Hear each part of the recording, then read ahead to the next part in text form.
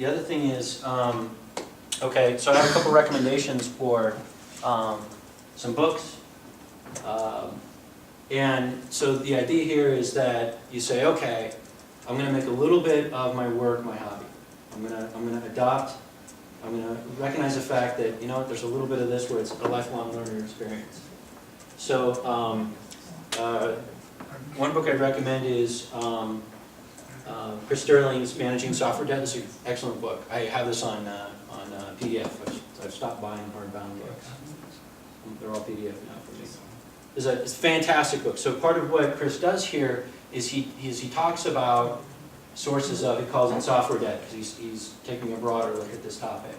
And he's got some really interesting views on that. And also he talks about the quality practices. So all in one text. I love that.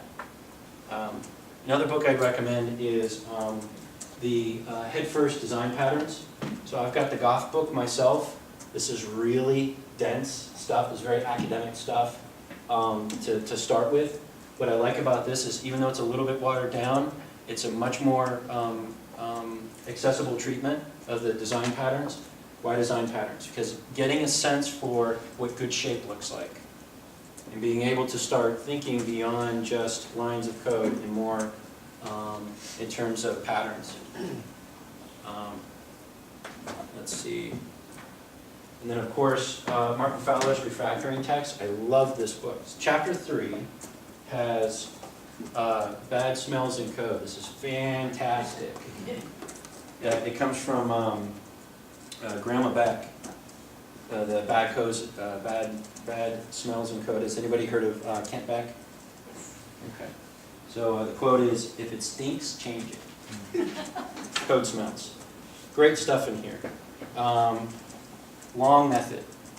What's wrong with the long method? Couple hundred lines in a method. Too many responsibilities. So going through these, what I did for myself as I was going through this text was I really tried to distill these down to what were the actual defects, so too much coupling or not enough cohesion is usually some combination of those. But going through this is an excellent way of getting a solid personal grip on that stuff.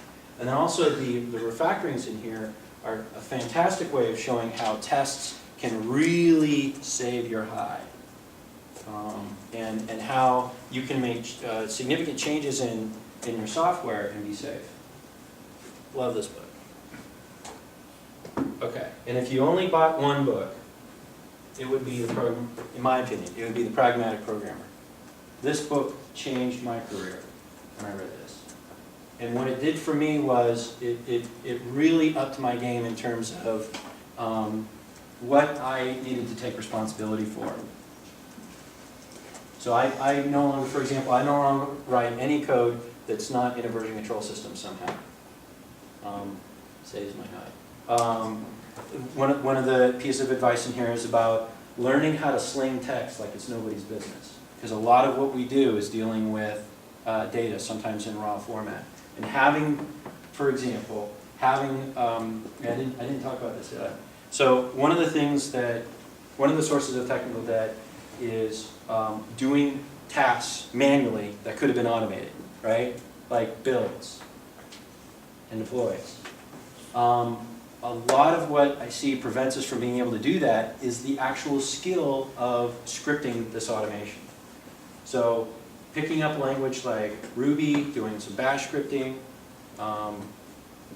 what have you, gives you, so it's not having those skills that really prevents us from actually being able to do that automation.